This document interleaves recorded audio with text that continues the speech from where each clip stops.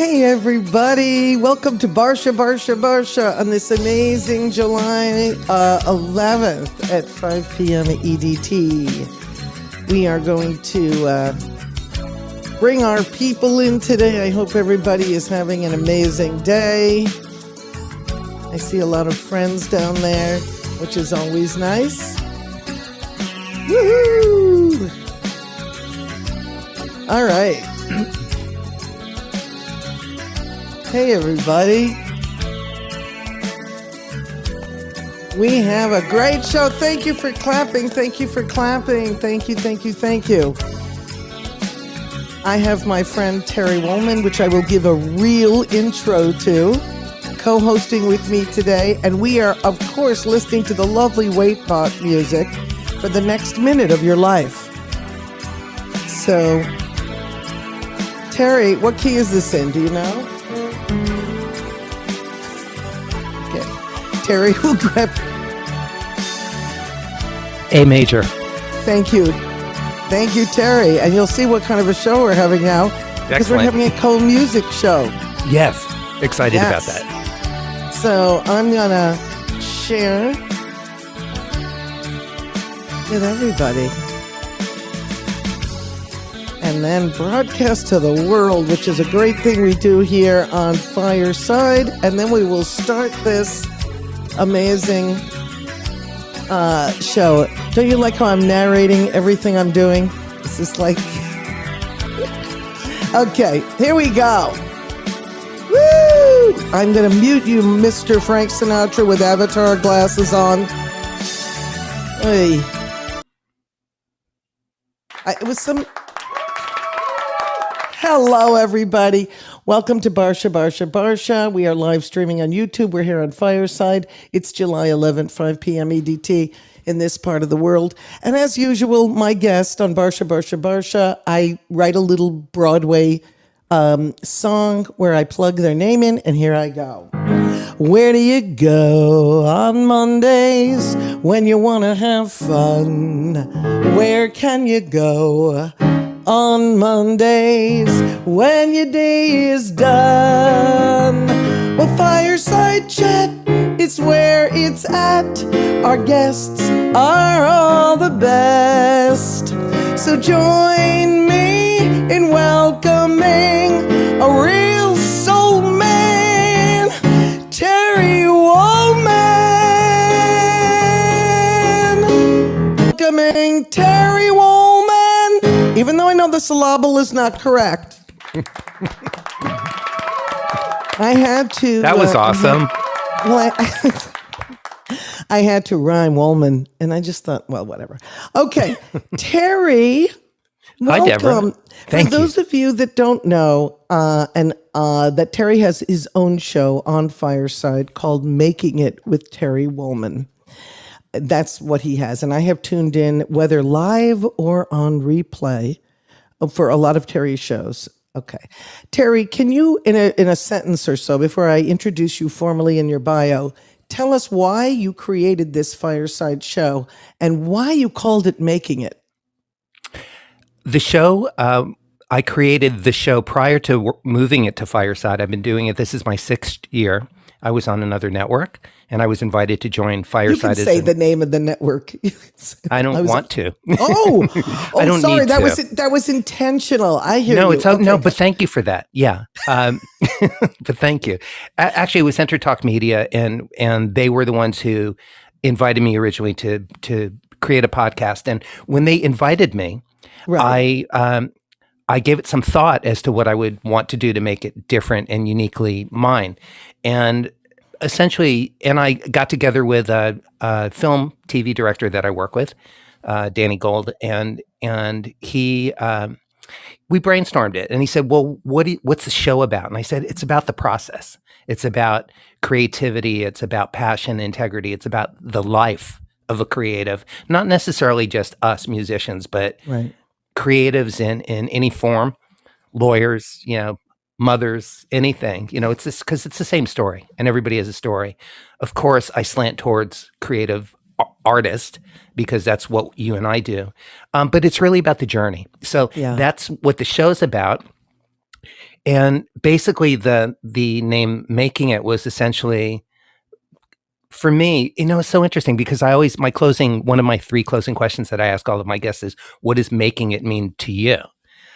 Because I'm always curious about that. But essentially, it's just about the journey to me. Right. That's what making it is.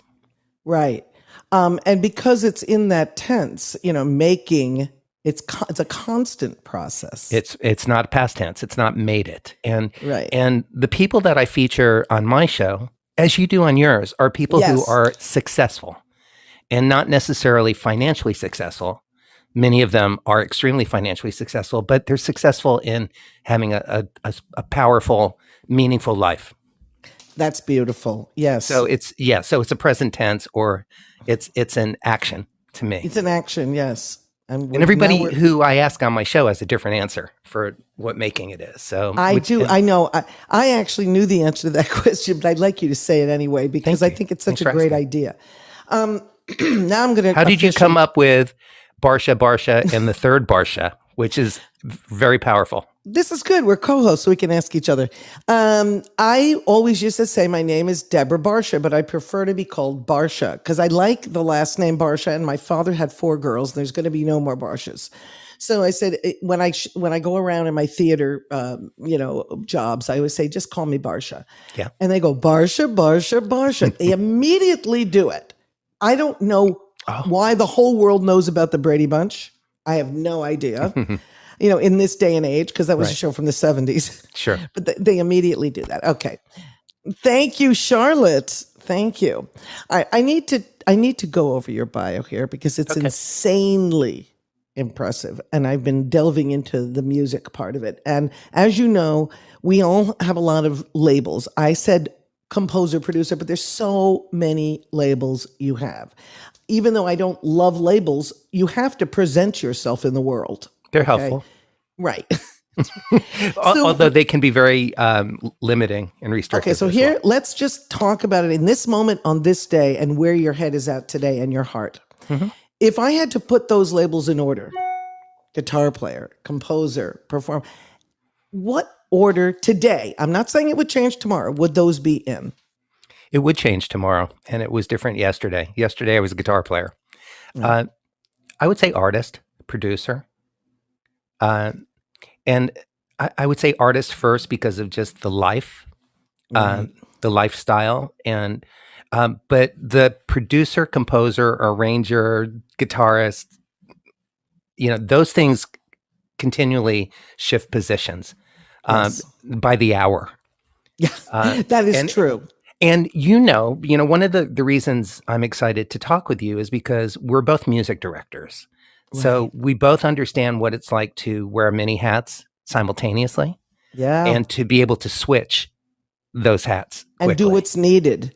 Needed. To be solution oriented, not blame oriented when something goes wrong. You just you could deal with how did that happen later, but it's so for me, artist sort of encompasses, for me, all of that.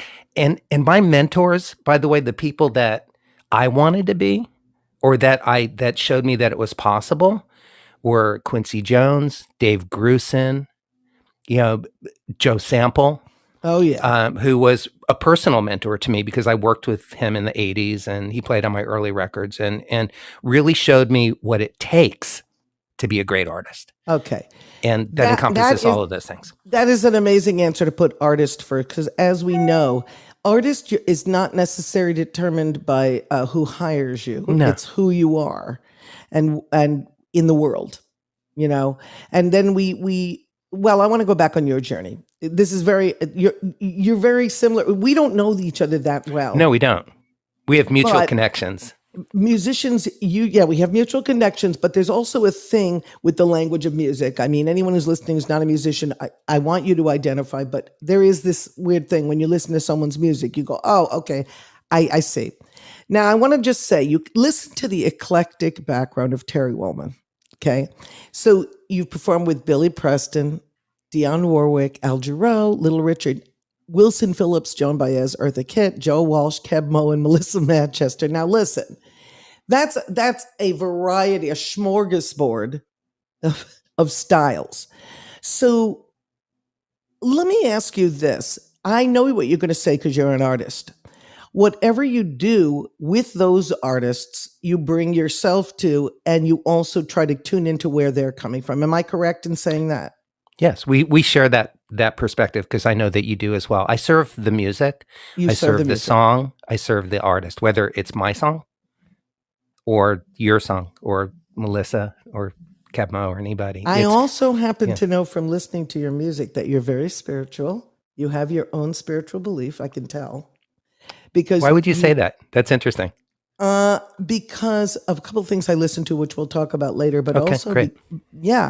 because of your vibe, Mm, that you respect your gift. Let's just put it that way. You I do respect your honor. gift, Yeah, and it's about serving. So yeah. you do respect your gift. You're Now, accurate about that. I want you to know, everybody, that it's not just individual artists, which we will ask Terry about, but he also did hit television shows. Now, I'm going to name the shows, and I kind of want you to tell me if you did the same thing or different things on them. Married with Children, Scrubs, Desperate Housewives, and one of my favorite all-time documentaries, if you're not in the obituaries, Eat Breakfast. Oh, right there. Right there. Can we start with that? Since Let's start with that one. yeah, that was, as you know, and as our listeners know, all of you who are joining us, there are moments in life that you just know are just grand. They're special. They're just those moments that you're just so proud to be a part of, Right. and that was one of those. I've been fortunate to have many. Um, they're not all that way, as we know. Right. But that being a part of that movie, that was with Danny Gold, and it was after we did that movie that I had the opportunity to do to host my own podcast on Enter Talk, Yes. and so reached out to Danny because he's very creative and as an idea person, as a director and producer. But anyway, that movie, it's so interesting. That came about. Here's why you always want to be open to saying yes to something. You know this really well. That might not be what you were thinking about, or Right. that you're not sure is the right thing.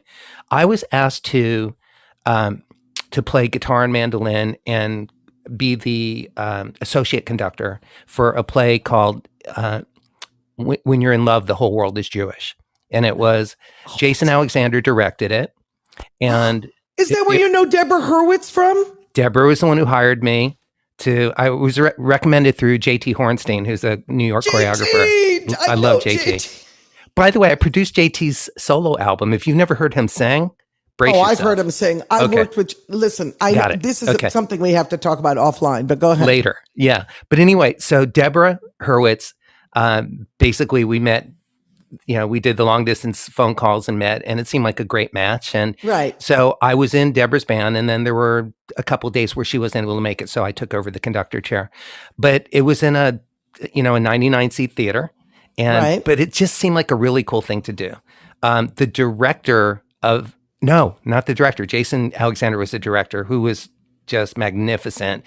He's such a completely well-rounded artist. Like, he's everything. He's a musician, an actor, could juggle, martial arts. Like, he's a vaudeville guy. Yeah. Oh, yeah. And a great guy. I love him.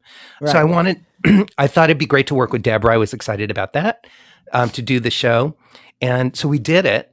It turns out that one of the producers ended up directing this movie, If You're Not in the Obit Eat Breakfast. We had become friends from the experience, of doing the show, and over a year and putting it up in a couple different cities and things. And basically he said, I'm doing this documentary. Here's what it's about. It's about people in their 90s and older, some celebrities, some not, who are all living vital lives, interesting, vital lives. And so I knew about it just as a friend. And then he called me one day and he said, I have a question for you. I've been interviewing Dick Van Dyke, who was one of the people in the movie. And he said, Dick's always singing and dancing, just that's all the time, with his wife, by himself, everything. And would you be able to arrange and produce a song if we asked him to sing in the movie? And I said, absolutely. I would love to. I would need to meet with him to to just talk about keys and voice and point of view and songs and with all of us. But yes, the answer is absolutely yes. I'll put a band together. So we met and had this wonderful experience. Picked the song, picked the key. I did the arrangement. We went to Capitol Studios. They filmed it, so the band is on camera for that, which was just really a huge treat. World class, just great band, and then out of that came the opportunity to produce Tony Bennett. Oh my God! We flew to New York, and I co-produced Tony Bennett with Dave Bennett, his son, and then also we came back and worked with Alan Bergman and Dave Grusin to record the closing song, for the movie, the original song that they wrote.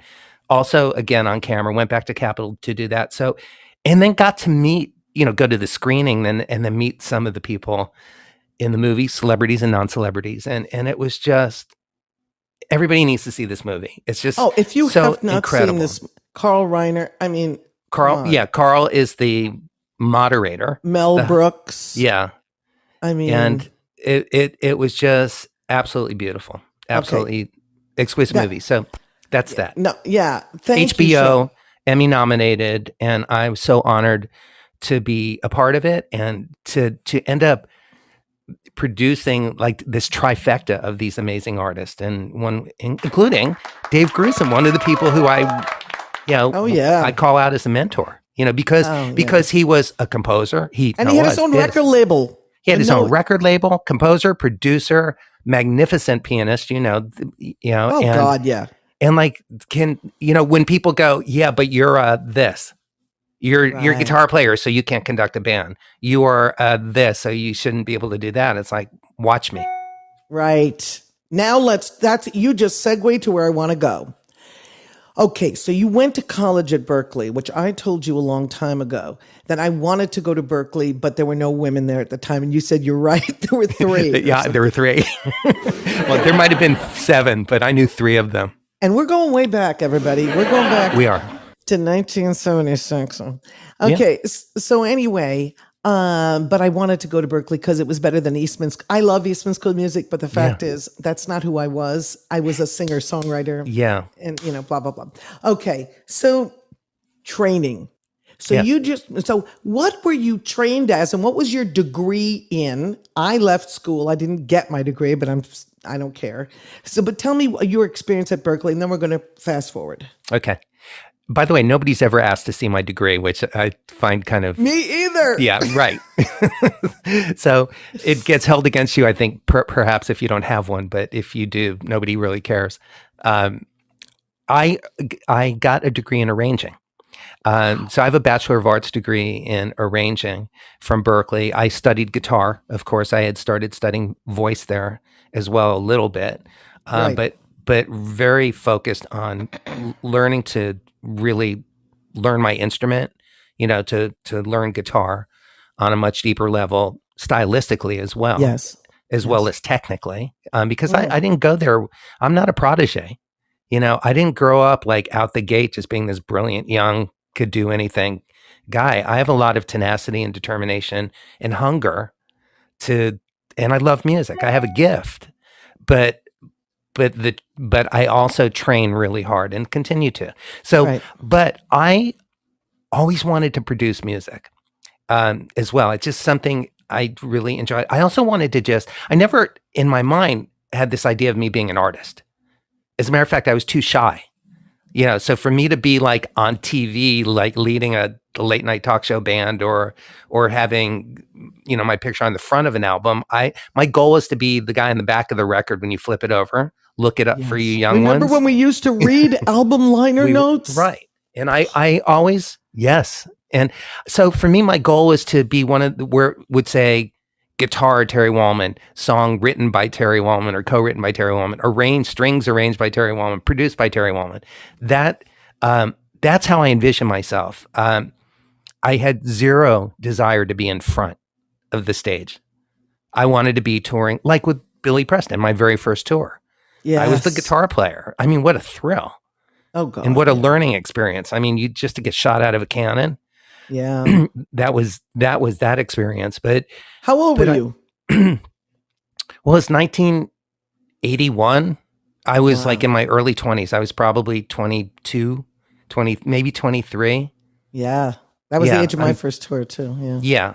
I'm 65 now, so you can all do the math if you want to backtrack on that.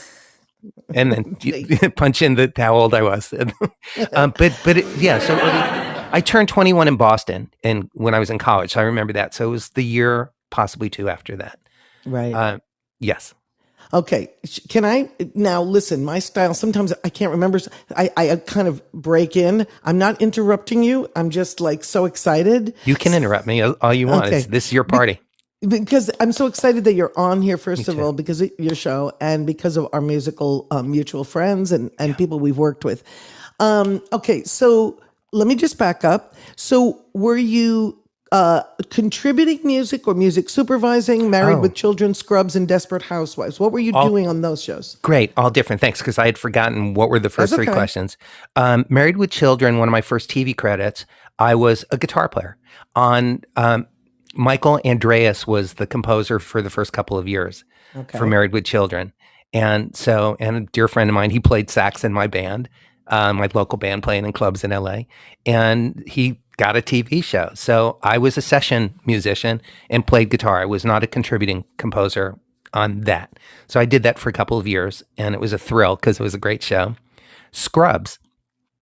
My best friend from college that I met in Boston, Jan Stevens, he was the composer for Scrubs. We had done another show. I had assisted him on another show that he had done before that, and documentaries, and as film composers do to work their way up. Yes. And so on Scrubs, I played guitar on a lot of the cues. Jan was also a multi-instrumentalist, so he would play guitar as well. I did some arranging. I wrote some horn arrangements and things like that. There's one episode, if everybody remembers it, it's a complete musical. Not a word is spoken. The whole, look up Scrubs, the musical. I'm going to look that up. Yeah. You would love it, Deborah. And so every actor sang every line, every question, every answer. And so I wrote an orchestral arrangement for one of the pieces on that. But I used to, I co-wrote some cues, along the way for that. But Jan was the principal composer. Every once in a while, when you work closely with the composer and they trust you, every once in a while, when you're up until 4 a.m. trying to hit the deadline, you get the opportunity to stay up all night, right, and write a piece of music that fits, what the composer needs. So I did. So it was kind of all of those things, and I did it from the very first show all the way through the end. There were other guitar players that played along as well, some of who I recommended, just because the composer had asked me to. Right. And again, serve the music, serve the artist, and serve the show. And then Desperate Housewives, that was an acting job where I was acting, but not with the deepest respect to all of my actor friends, sidelining. So, and I was on it. I think I know I did two. There might, it feels funny to say, I'm not sure because I don't take for granted any of this, but it was quite a few years ago. But I think I was on 3 episodes where I played a musician, no lines, but I was in a scene where they needed a musician, either, like I was the guitarist for Bree's wedding, like things like that. So you're in the shot, and people see you, and you need to still play the music. I treat it as if I'm playing it live. They send you the track. I learn it. The fingerings are accurate. Oh, so yeah. I hate when actors, I can't stand it when they're not. I'm looking at that like, why didn't somebody tell them how to do this? That's right. Or hire a musician. So if a director wants to get a close-up of my hand, it's there. I'm doing it as if I was really playing it. So I ended up doing these different episodes where they'd had one where they were in a recording studio and they needed a bunch of people like, hey man, how's it going? That kind of, musician talk or look. So Desperate Housewives was all, same thing with the Larry Sanders Show. I was in the house, which was a thrill for me because it's such a brilliant show. It was so, show was so brilliant. Can I use profanity on your show? Oh God, of course. It was so fucking funny and smart. It was because, Yes. and I knew because I had worked on 2 late night talk shows. So all of those things that they would make fun of, those are things that really happened, just amplified, magnified. But the last year of the show, I was asked to be the guitar player in the band on camera, Oh God. sidelining, but it was just magnificent. That is, a mutual friend of ours. That's like Edie Lehman, Yes. who was that star of General Hospital. Right. Got asked to play the piano on Yeah. one episode and then became this concert pianist character on Yes. General Hospital or something. Right. And she's a magnificent singer and vocal contractor for those people who don't know who Edie is. Yeah. Edie Yeah. Lehman Boddicker, good friend for a very, very long amount of years. Yeah. Okay. And by the way, Deborah Hurwitz, I'm responsible for being the associate conductor on Broadway of Jersey Boys because of Deborah Hurwitz, and we'll talk about that. That's where I first heard your name. Yes. Through Deborah. I love it. Yeah. All right. Now, I want to talk about your own work as an artist, which you talked about in the beginning. Okay. And so, when did you get to this point where you said, oh my God, I'm having so much fun doing things for other artists. Now I'm going to put out my own music. What year was that, first of all? Well, it was 1988 that I put out my first solo album, Bimini. Bimini, that's right. Yeah. Which is an island Yes, off of the coast of Miami. And I was born and raised in Miami. So for the trivia Right. question, what is Bimini? Yeah. What is Bimini? Yes. And on Bimini, so you had made enough, exactly. You had made enough connections at that point, do you think, where you were able to put together a band, or were you like studio musicianing it, where you say this song would sound good with this drummer and this bass player, and how did you put it together? It was a combination of the two. I put a band together for the 2 days of recording the entire rhythm tracks. And then we did some overdubs, along the way. But I needed, because first album, independent, borrowed the money. A friend of mine. And we didn't have home studios, really. No. So everything was expensive. You had to go to a 24-track studio. That's right. A friend of mine this is a great story. Perla Battaglia, who was a magnificent singer, longtime friend, who people might know through her work with Leonard Cohen for all the years that she sang with Leonard. And she's still keeping his music alive and touring the world. We were friends. We played in each other's bands and, did all the things along the way and came up together. She came up to me in 1988, essentially, and handed me an envelope with $1,000 cash. And she had a day gig at the time. She was singing in clubs, but still working in somebody's office. And I said, "What is this?" And she goes, "It's the first payment for you to do a record. It's time for you to make your own record." Oh, she gets a fanfare. Yeah. She Thank you, definitely Perla. gets a fanfare. I'll never yeah. forget that. And she said, "Go get the rest of the money and make the record. It's time for you to do that." So she was, had been thinking about it and wanting to do that, and knew that I could, and didn't want to Right. wait around for it to happen. So I went and borrowed the rest of the money from people, and they were loans. And I promised everybody, I said, "I will pay you back within 1 year. We worked out the interest." Did you? You did, didn't you? You paid did. them back. I did. I love that. And I said, even no matter what, if I have to wash dishes, I will pay you back. So I promised that I will, and I did, and signed a contract with everybody just to make it, a deal memo. Yeah, But- of course. But the thing is, the question, the way you posed it, did you were saying you played with all these other fantastic artists, and then you decided, now I want to do my own. That's not really how that came about. And wow. I moved to Los Angeles. Yeah. The first year you do everything that you need to do. I got a job parking cars at the Playboy Mansion, and then on the weekends, and then I was playing in every band and auditioning and every demo, and what you do, and the advice that I was given: play for everybody, play on their demos, play on their records, Right. and play in the club and do all that. So I was doing all that.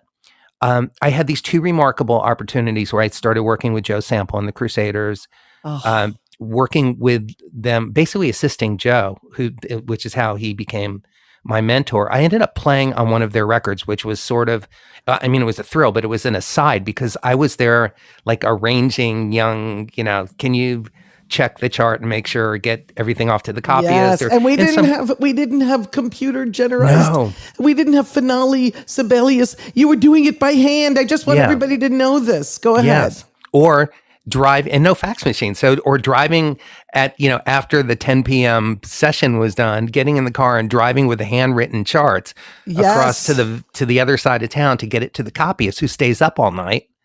And then I go still isn't using a computer. Right. All by hand and all of that. So I was doing all of that. And then I got this Billy Preston tour and I went to Europe. I mean, wide-eyed and bushy-tailed. I was like, oh, this is it. It's my dream. That's what I dreamt of doing. And go to Europe and toured around and played with this rock star, essentially. Of course, and basically got thrown into the fire, learning how to fend for yourself and everything, and then came back and I couldn't get arrested because I thought, because you left. And they go, oh yeah, he's on tour. That's right. This always happens. This happens in our business all the time. Exactly. Yeah. So, and I thought, this is great. I've worked my whole life. I've trained. I'm still working.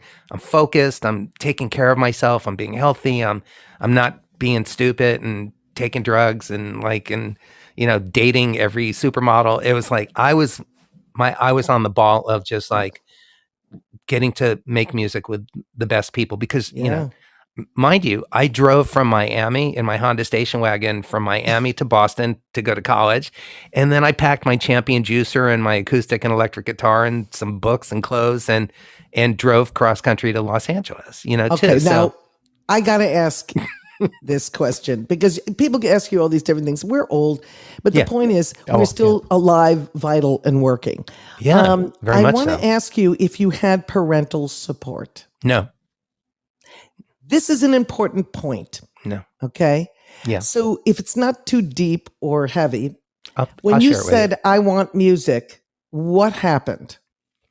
A lot of things happen. I had the traditional taking lessons, being forced to take lessons when you're a kid because your parents think it's the right thing to do, which I appreciate, but we didn't have the best music teachers, because my parents were both school teachers, elementary school teachers. So, lower middle class teacher income.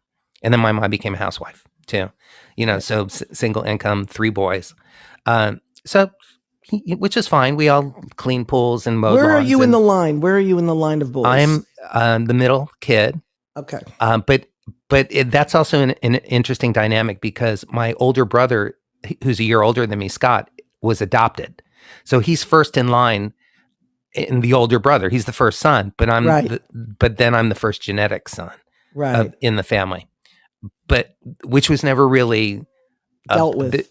No, it kind of, I guess maybe it wasn't. I mean, it was basically we knew about adoption and we chose you because we love you. And so it was part of the How Our Baby's Born story. So the part of me being the first genetic child was never really discussed. Yeah, you're right about that. And I'm close with my 2 brothers. They're still around and both of them are back in Miami actually still. And so we're close and we've gone through a lot and distance and closeness like any family. So we were given guitar lessons and then piano lessons. I took clarinet in junior high school, which I sucked at. That was not my. No, you took clarinet. Yeah, it was not my jam. I wanted to play trumpet, but it was a household with 3 boys. They didn't want trumpet in the house. Yeah, right. Same thing with drums. Like I took drum lessons for a year, maybe a year and a half, but I never. You plotting drums or right? She's a drummer. That's oh, great, yeah. But my parents, as I've told the story before, my parents really didn't want drums in the house. So they said, okay, well, you need to work on a practice pad, and if you do that for 6 months, then we'll get you a snare. So I did that and learned paradiddles and rudiments and everything and practiced diligently. Right. And then got my snare and then started learning that. And then eventually I thought I'm going to be like 35 years old before I get a whole drum kit at the way this is going. So, because they didn't, I was clear. So they you asked for the guitar? You asked for it? No, that was something we started on guitar. My older brother and I were both forced to take guitar lessons. Right. You said that, but what I mean is, here's why I asked it again. Let me because this is like a real spiritual kind of a thing that I want to find out. You picked up the guitar, But Yeah. you didn't have that click right away. Right? I did, but I didn't have the right teacher. Okay. So that is important. And I had that click to music, because when we went to piano next, same thing. Like I was figuring out Let It Be by the Beatles, and they were going, don't do that. Right. That's not what we're doing. And it's like, but Right. I heard this on the radio, and I was trying to figure, is this how this goes? And Oh it's my like, God, you're right. It's the teacher. they wanted me to play the Volga Boatman. Right, because I hear you learn the telling the pedal. story. I picked up guitar, then I went to piano, then I went to... I'm like, wait, stop. Where's the click? And the click is the teacher. Right. And the click for me was the music. Like I do have a gift. That's why I honor it. And we're going to play a track, and everyone's going to see you have a gift. Go ahead.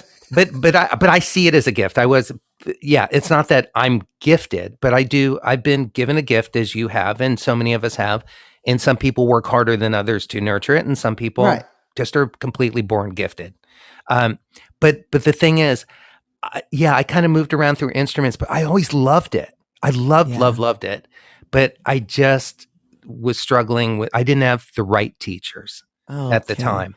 Which is ironic, because my parents were teachers, but they weren't musicians. So they bought the teachers that they could afford, that would drive to the house and give the lessons. I always offered to pay my niece's piano. I want to interview the teachers. If I detect talent, I have to interview the teachers. That's why I'm a great teacher, because I love to teach too. Me too. Because I want to inspire people and encourage them to do whatever feels right and natural. And then I give them theory and information along the way. Okay, I need to, because we're halfway. Believe this. Look at how fast this is going. I knew this was going to happen. Okay. I did. I knew it'd be I want to talk about the single. I'm going to backtrack to all my questions that I have. But let's talk about this single. So when I was in the 1970s and I first heard this song, right? What is Hip? You can hold it up again. What is Hip by Tower of Power?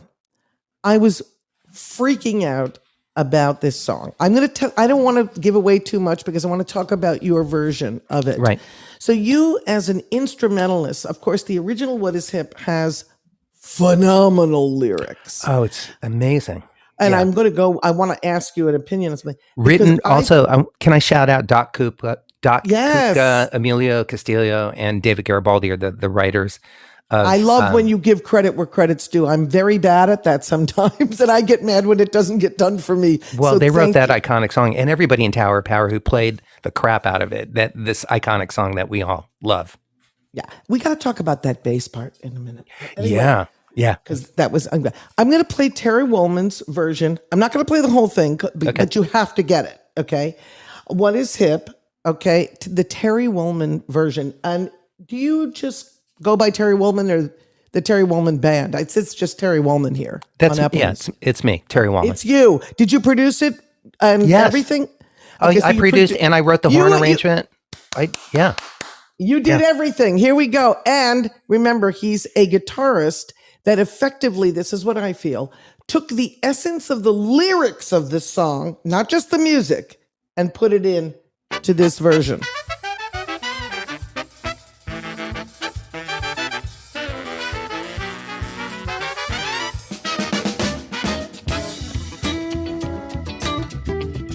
Yes!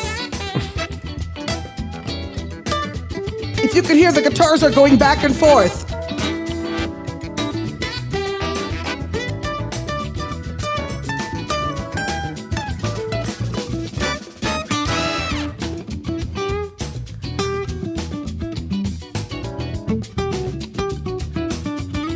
I can't, I gotta move.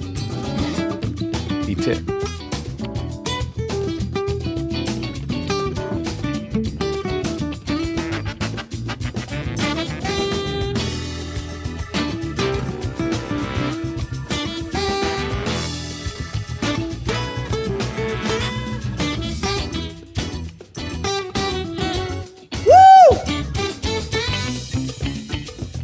I may have to play more than I usually do.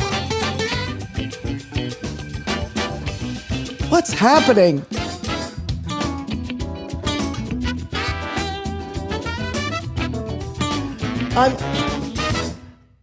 Woo! Whoa. Okay, so look, everybody has to clap for that, and including me. Thank you.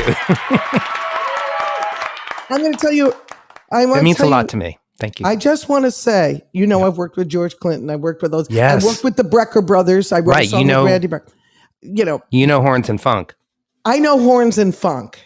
Okay? Yeah. That is so friggin' funky. And although the bass player's not playing exactly what was on the original, he's doing an ode to it in his own friggin' funky way. Can you tell us who these players are? Because I'm losing my mind. I can, and I'm so excited to tell everybody who they are. And I also want to tell you, because you totally get it, as you just totally understand what I did here. And so I wanted to honor the guys in Tower Power because I love them, and I love the band, and I have so much respect for them. And as a matter of fact, their horn section played on my first Bimini record on 2 songs. Wow. So we actually even have some history. So the thing is, I didn't want to do a cover of it. That's already been done. Nobody does it as well as are they've you ever done. insulted that I called it a cover? I'm so sorry. No. It is. I wanted to find my own put my own unique spin on it. No, I'm not insulted at all. I wanted to honor the original version, but I also wanted everybody to be themselves. So I told the bass player and the drummer and everybody, and I'll tell you who they are in a moment. I said, let's not throw the baby out with the bathwater, but we're not copying the song. This is a new version. Yes. My intention is to honor them and maybe create a new definitive version. I know that's a lofty goal, but that was the goal. You did it. Thank you. That's why I think everybody should get this. I'm serious. If you have Apple Music, Spotify, anything, at least get the album, but get this What Is Hip. Yes. Because you need to just get it. It's streaming and downloadable everywhere right now. It just got released 2 weeks ago, and it's already on the most added on the Billboard charts and the smoothjazz.com charts. I'm thrilled. Yeah. Unbelievable. So the musicians, because you said, so you did everything. It's like, well, no, I know. assembled. Yeah. You assembled. But yes, I did. I arranged and produced the song and played. Who are these horn players? We can start with that. That horn, well, the melody horn is New Yorker Andy Snitzer. Okay, so that's why it says featuring Andy Snitzer. Yes. And so Andy is the featured sax player. He and I share the melodies and solos. And I really wanted to feature a sax solo. It felt appropriate for the song. Again, serve the music. That's why it's not, the sax solo is longer than the guitar solo, because that's what I heard. That's what I felt it needed as a piece of music. But the horn arrangement, this was all done virtually during COVID. So the horn players are Dan Higgins on alto tenor, bari, and alto flute. He played all of those parts. There's 2 horn players that stacked all the parts. And Wayne Bergeron on trumpet and flugelhorn.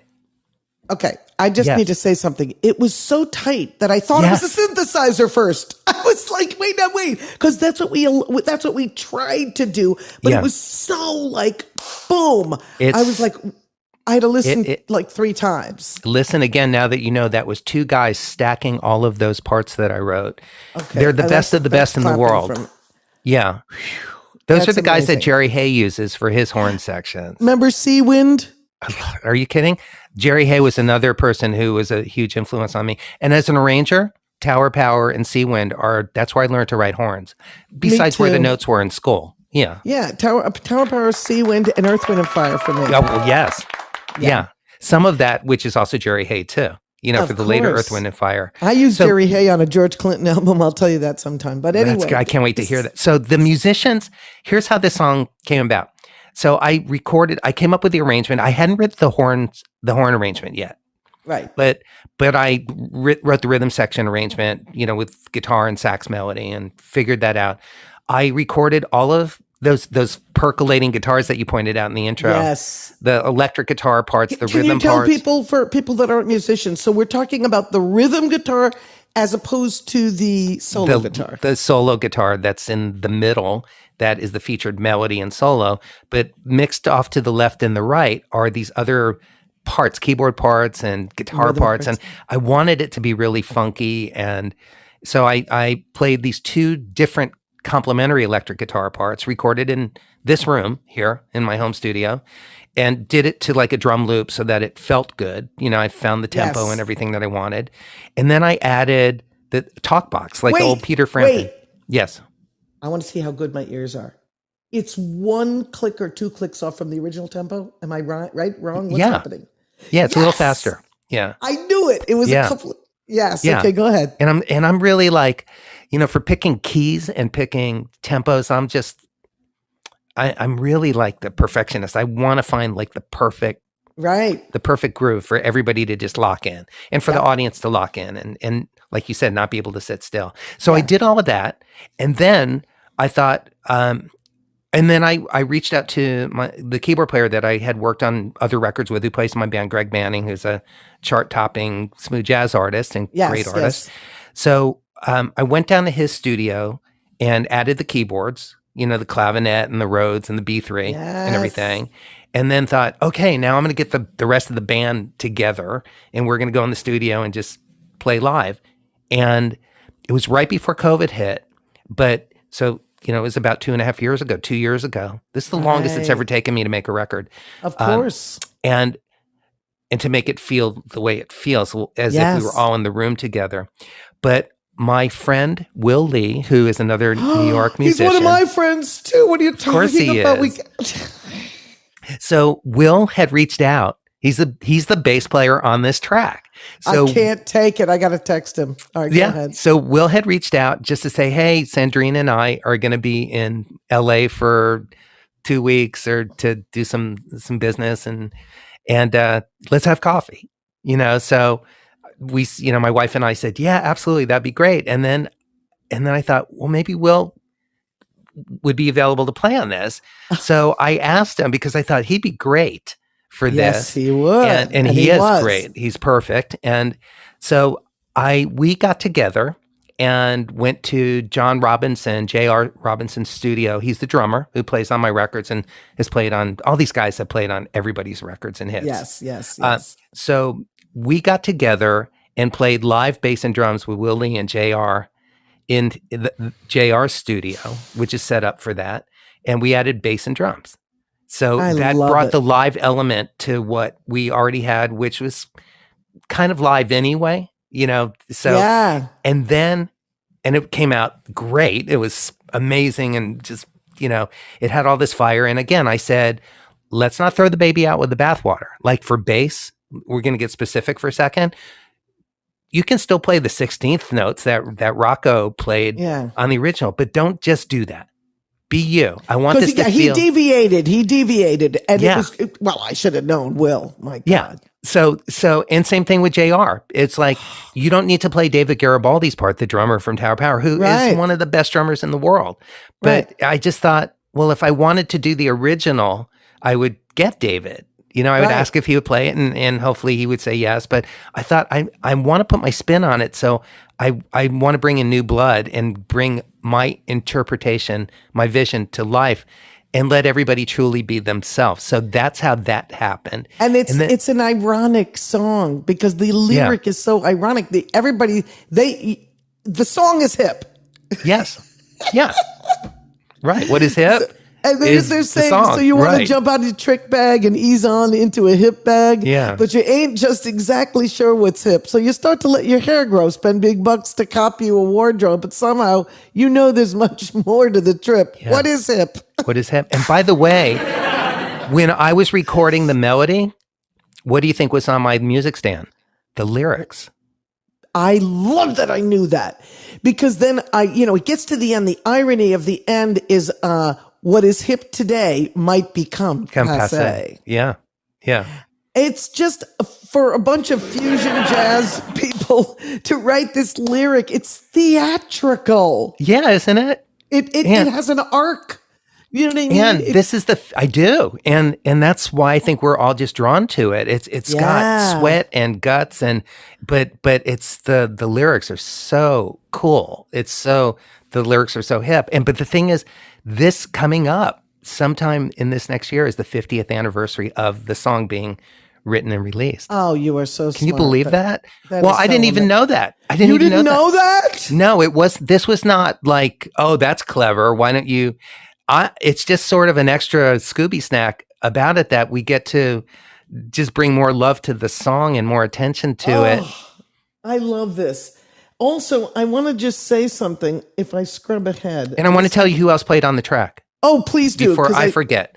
So Will Lee, John Robinson, and then this weird pandemic started hitting. None of us were really knowing what to do. And it's like, maybe we shouldn't be in the room together and let's just be careful.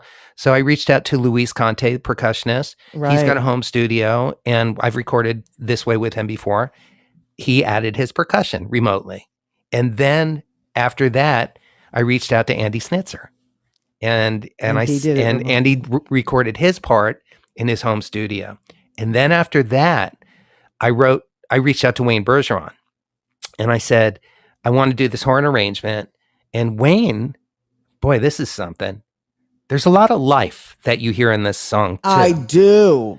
And so Wayne said, well, we would need to do this quickly because he developed throat cancer. Oh, my God. And so he was getting ready to start radiation. I said, Wayne, I'm going to wait for you. Because he said, what's your deadline? I said, there is no deadline. It's COVID. Well, that's what happened to us in COVID. We found new ways to do things. Yes.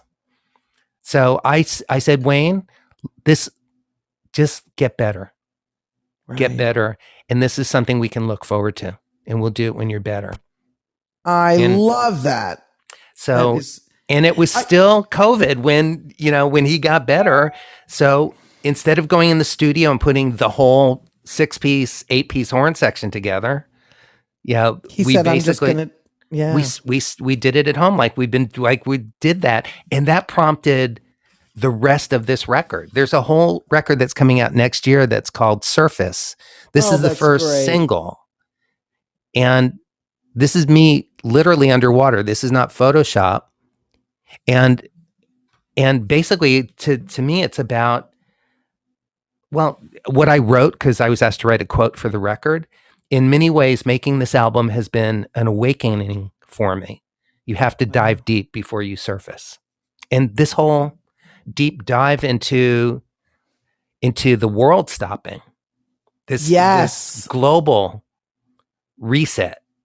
Yeah. And so, this is part of how I surfaced through that, was by figuring out, well, okay, I just did this song.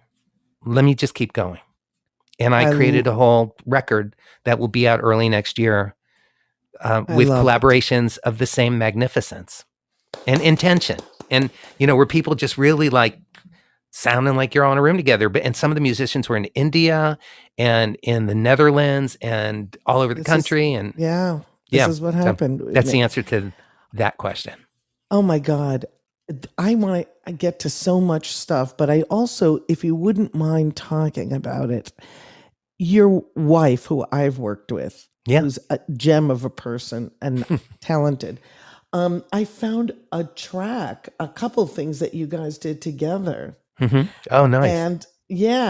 And this one is she sounds amazing. I think this is the one where she hits a C sharp, low C sharp. Is this the one? Oh. Listen to him and his wife, Melanie Taylor. Terry Woolman and Melanie Taylor. We recorded this live. This is live in my studio. Oh, I love this guitar part. Thank you. This is so gorgeous. This was inspired by James Taylor's version of this song. And here comes Melanie singing low C sharps. I don't know what's going on.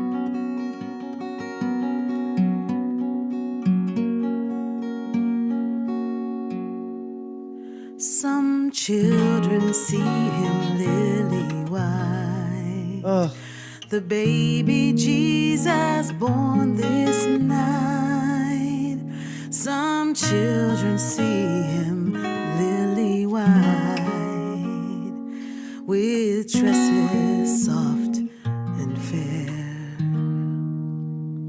Some children see him bronzed and brown, the Lord of heaven to earth come down.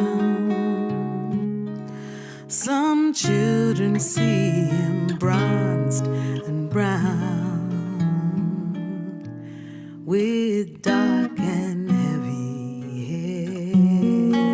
Now, first of all, Yeah. can we just talk for a minute? Okay, can we? Yeah.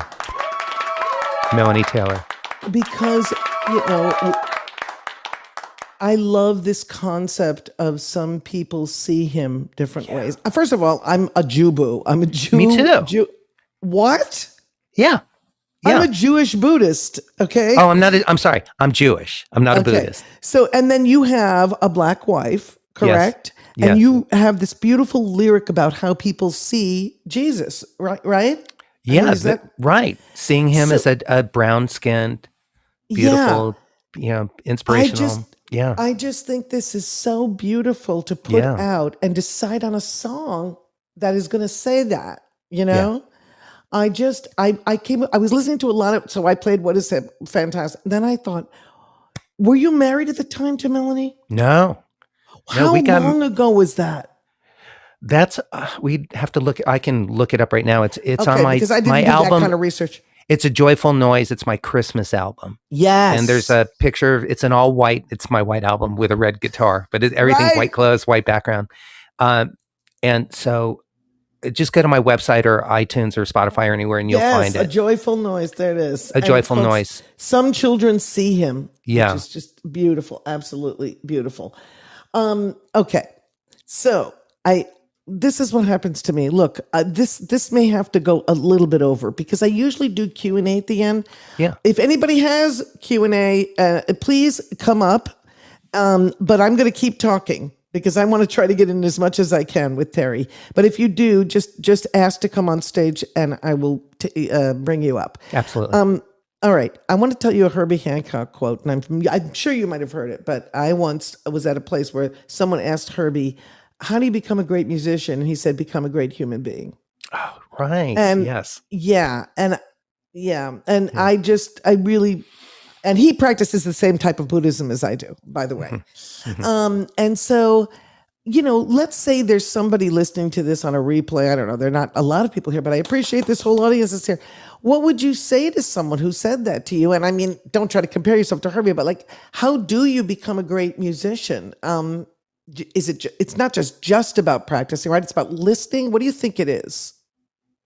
Well, first of all, I agree with Herbie. Absolutely. Yeah. And I've heard Quincy Jones says the same thing. Right. Be a good person. And that is something that I strive to be, is just, to leave the world a better place and every moment a better place, every opportunity to do that. It's kind of like even when we were growing up and learning about camping and stuff, and you learn to you pack out your shit. You don't leave garbage in the woods. Right. You leave it more pristine than you found it. So, but I would say there's an incredible amount of discipline from my life, right. Discipline involved in practicing your craft, and the craft, as we wear many, many hats, there are not enough hours in the day, for me to stay on top of, on my mandolin chops and my guitar and piano and arranging it. It's just not physically possible for me. I haven't been able to figure that out, but just to be the best musician that I can be, and listening, being curious, staying open, stay open heart, open ears, open heart, and really care about what people are saying or playing. So because it's a dialogue, it's a communication, and I'm a big believer in the space between the notes, not we can always have a having whole show on that. That's groove and funk right there. That's right. It's where not to play, and it's where not to speak too. Like when you're having a conversation, if we kept stepping on each other the whole time during this conversation, we wouldn't have gotten to the layered answers and questions that are being asked here. Yeah, because okay, I already know the answer. The answer is no for me, but I want to hear what the answer is for you. Can you teach people grooves? How to groove? Wow. I mean, it's a really hard question because you can teach a lot of things, but can you teach funk? Can you teach grooving? I think so, because I was taught it. I mean, my time wasn't. I think it's not about just time. It's feeling. Okay.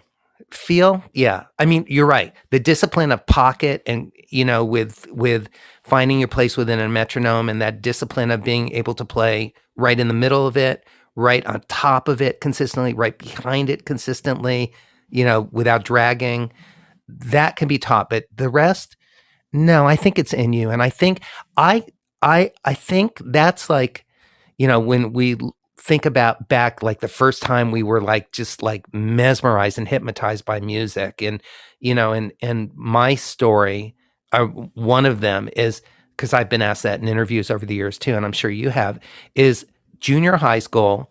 We're out running track, we're out in the field, it's phys ed, it's that hour of the day, and I hear this music drifting from across the field because there was some limo driver just parked in the shade cleaning the car, sitting on the dock of the bay, cranking through his limo speakers, coming through the air.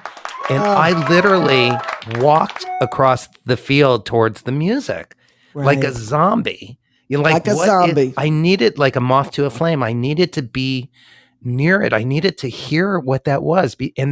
And being, hundreds of yards away, the groove was what pulled me. It just reeled me in like a fish. So I think it hooked something that already existed, that was deep inside of me that I didn't know was there. Yeah. So I do believe that. I really do. You played with George Clinton. So, I mean, yeah, there's like, well, what it's like to say what it takes to fit in. I'm sorry, I didn't mean to. You tried to get it in so quickly. If you want to say it again, say it. I just get so excited. Go ahead, and then I'll finish. You learned what it took to fit in, to be the part of that piece of machinery of that groove.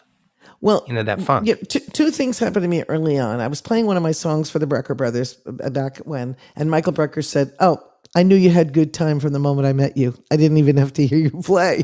It's just a funny thing. Yeah. Okay. What you said about our nuance and our speaking. Yeah.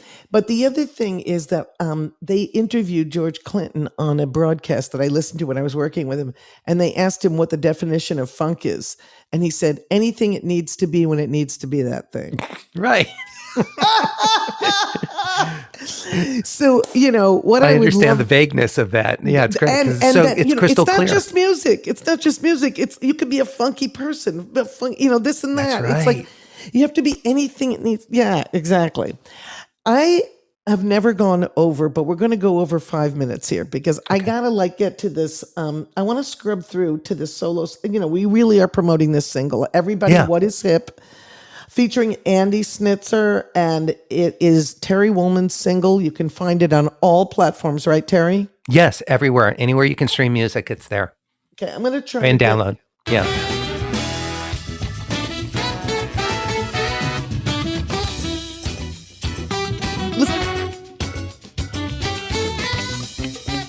Woo!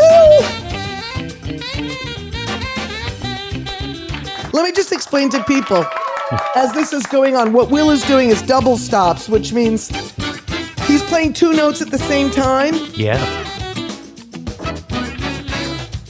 And that, I don't want to dissect.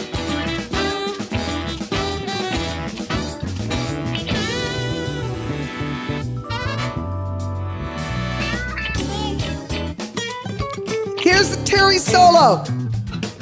Back and forth.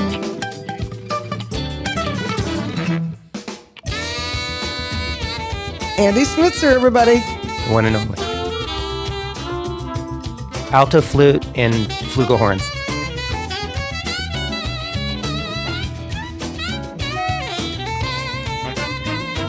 Yes.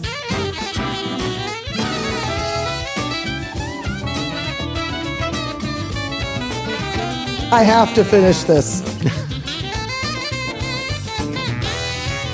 I hope no one minds. I gotta finish this out.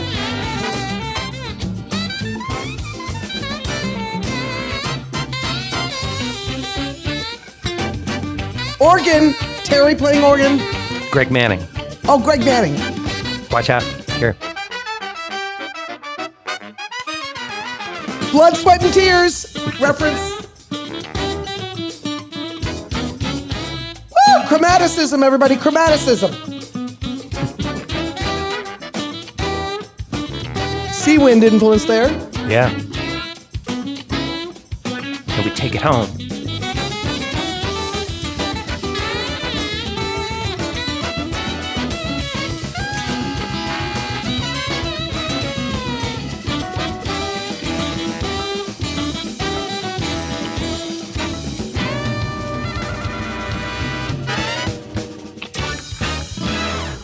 Okay, now we can clap. Thank you. And I'll tell you something. Yes. I don't care if I get flagged by I don't care if I get flagged by YouTube. And now everybody I just had so much more to ask you, but we have to go out on this guitar version of Waitbot. Oh, no. Somebody help us and we need to have what is hip Waitbot. Let's do it. Let's do it. Hey, by the way, Terry. can I make one request? Everybody, Yes. please, when you're streaming, subscribe to my Spotify channel. Please And to everybody's subscribe. Spotify. Please subscribe. And If thank you love what you heard today, we love you all. And please go to Terry's show. Please, Making It with Terry WOLLMAN.